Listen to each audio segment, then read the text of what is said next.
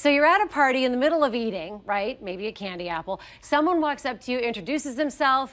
You have to shake their hand. But it's cold and flu season and you're eating. What do? We have all been there before. Joining us now is Emily Post, trained etiquette expert, Courtney Fadler, with how to avoid germs without being rude.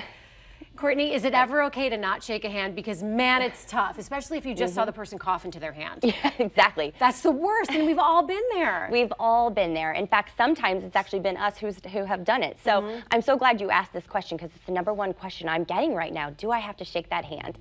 And here is the unpopular answer. The answer is yes. Civility says that, you know, when someone is extending their arm to have you shake their hand, you politely declining, even politely doing so, is still rebuffing them and considered rude. So the best case of action there would be to shake the hand, especially in a business scenario. You would never want to not shake someone's hand in a business situation.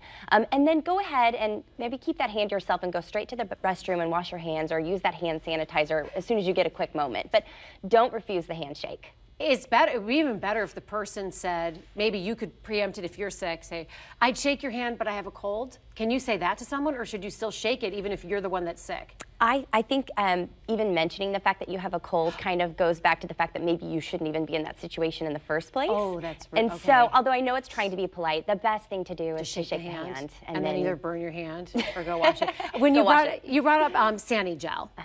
Here's a question about Sani gel. Let's just say you're in public, maybe at a restaurant. Is it okay to take out the tube and be like at the table? Or do you have to go to a different room to do that, or do it discreetly under the table? Right. Well, I love that you're carrying that around right now. That's a great thing to have, not only for yourself, but to offer to other people too. But there's 2 different rules here. If you are out and you're shopping at Target, let's say, and you've been you had your hand on the shopping cart, it's okay to use sanitizer gel in public. That's fine. But around a dinner table, it's sort of the same rule as putting on lipstick or blowing your nose. You would want to do it away from the table. So if you need to use it, step away from the table or just go ahead and go wash your hands.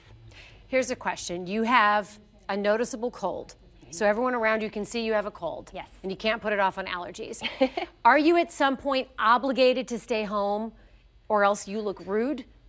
Right, yes. But you're not the flu, you're not, patient 0 of something, like you're not gonna kill anyone, but you have a cold. Are you obligated to stay home? Right. Well, I'll leave a lot of this to the medical professionals, but what I will say is if you know that you're sick and you've been invited to a dinner party or whatever it might be, and you think you could possibly be contagious, you going is an inconsiderate thing to do toward everyone else around you. Aggressive act of rudeness? Yeah, exactly. So, I mean, the main principle of etiquette is consideration. So consider how your actions might affect others, and if you could negatively impact that, then you want to stay home. We have a question from a client of yours asking for advice. She wrote to you, I invited a group of friends for dinner. One of them is a coworker. The coworker didn't come into work yesterday because he's sick with the stomach flu.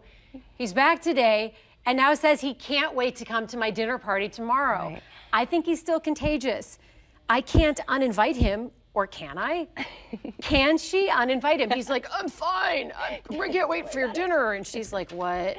Right, exactly. I think some of us have even been that person in this situation too, where we're like, okay, I feel well enough. I think I can do it. Again, and I loved this question. I loved getting it because I think we've all been confronted. But here's the answer. Obviously, if you have been sick within the last 24 to 48 hours and people know it, you want to excuse yourself from that situation. Can she excuse him and say, maybe you should come when you're feeling better, or we'll reschedule? Right. But here's where that graciousness comes in. If they decide to come, you can't uninvite them. So you just need to bring them into the fold and then take any precautions that you need to. But if that person decides to come, you're just going to be the gracious host that you always are. Okay, Courtney Fadler, helping us stay well and well-mannered in cold and flu season. Thank you for the insight. Certainly.